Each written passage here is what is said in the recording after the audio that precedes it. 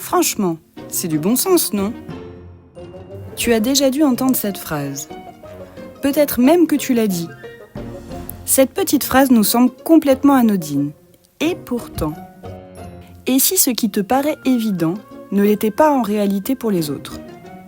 Bienvenue dans Petites Histoires Humaines, et aujourd'hui on va parler de ce mythe très tenace du bon sens.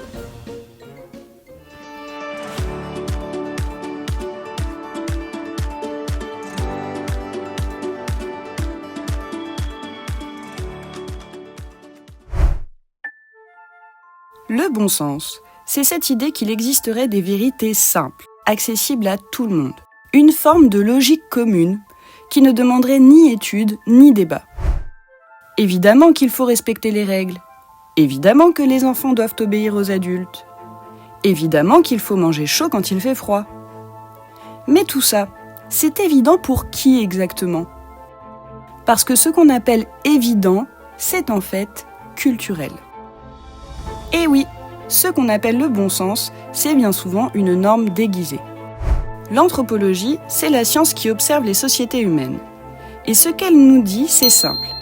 Il n'y a pas de manière universelle de penser, de vivre ou d'agir. Donc ce que nous appelons évident, logique ou naturel, c'est tout simplement le résultat de notre culture. Par exemple, dans certaines sociétés, un enfant qui regarde un adulte dans les yeux montre sa confiance. Dans d'autres, cela va être un manque de respect. Alors c'est quoi le bon sens là-dedans ? Regarder ou baisser les yeux ? Même dans nos gestes les plus quotidiens, manger, s'habiller, éduquer, se saluer, ce sont des habitudes que l'on a apprises. Il n'y a rien d'universel là-dedans. Ce sont ce qu'on appelle des constructions sociales. Le bon sens, c'est en réalité du sens commun, c'est-à-dire que ce sont des habitudes, des gestes, des réactions collectives. Et souvent, on les a apprises tellement tôt qu'on ne les remet jamais en question. Le fameux « bah non, mais c'est comme ça ». Mais en plus, c'est un sens commun que l'on va appeler situé, c'est-à-dire que c'est celui de ton époque, de ta famille, de ton milieu social, de ton pays. Ce n'est pas le bon sens, c'est ton bon sens. Par exemple, quelqu'un qui habite à la campagne va exactement savoir où planter ses légumes dans son potager pour qu'ils soient les meilleurs possibles. Parce qu'il connaît son jardin, sa terre, son climat, sa météo, son exposition. Et pour elle, ça c'est du bon sens. Mais si tu poses la même question à une personne qui vient de la ville, il y a de fortes chances qu'elle ne t'indique pas du tout le même endroit. Et c'est pour ça qu'on peut se retrouver face à des logiques qui nous déconcertent, qui nous paraissent absurdes, mais qui sont en fait parfaitement cohérentes ailleurs. Parce que le mythe du bon sens, c'est croire que cette logique que tu as, c'est la seule manière raisonnable de voir le monde. Alors pourquoi est-ce qu'on s'accroche autant à cette idée du bon sens universel ? Parce que ça rassure. Ça donne l'impression qu'il y aurait des repères stables, des règles simples, faciles, et partagé par tous dans un monde qui nous semble compliqué. Mais en réalité, croire au bon sens universel, c'est nier la diversité humaine. Quand on dit « c'est du bon sens », on veut souvent dire « ma manière de voir le monde est la bonne, les autres n'ont rien compris ». Et c'est là que ça devient dangereux, parce qu'on se sert du bon sens pour justifier des jugements, des inégalités, voire des discriminations.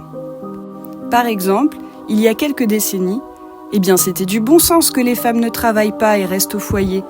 Elles devaient s'occuper de la maison, des enfants, car c'était naturel pour elles. Et elles étaient trop sensibles, trop émotionnelles et donc trop instables pour la vie publique. C'était également du bon sens que les populations colonisées soient comme des enfants. Il fallait qu'elles soient accompagnées, guidées, éduquées par les Occidentaux qui, eux, étaient plus avancés. Enfin, c'était encore du bon sens, et ça l'est parfois toujours, que si une personne est pauvre, c'est parce qu'elle ne travaille pas assez, elle est paresseuse. Je traverse la rue, je vous en trouve. Alors non, le bon sens, ce n'est pas une vérité universelle. C'est une construction locale, culturelle et historique. Et c'est pas grave. Comprendre ça, c'est ouvrir la porte à plus d'écoute, plus de nuances et de curiosité. C'est juste se donner un peu plus de souplesse, et peut-être un peu plus d'empathie. Parce que ce qui est absurde pour toi peut faire tout le sens du monde pour quelqu'un d'autre. Parce que derrière des évidences, il y a toujours des histoires humaines à raconter. Et toi, est-ce qu'il t'est déjà arrivé de dire ou d'entendre c'est du bon sens et de te rendre compte que ça ne l'était pas pour tout le monde ? Raconte-moi ça en commentaire. Et si tu aimes ce genre de petits dézooms anthropologiques sur nos habitudes du quotidien, abonne-toi vite. On se retrouve bientôt pour de nouvelles petites histoires humaines. D'ici là, prenez soin de vous et n'oubliez pas, l'anthropologie c'est partout et tout le temps. Alors soyez curieux du monde qui vous entoure.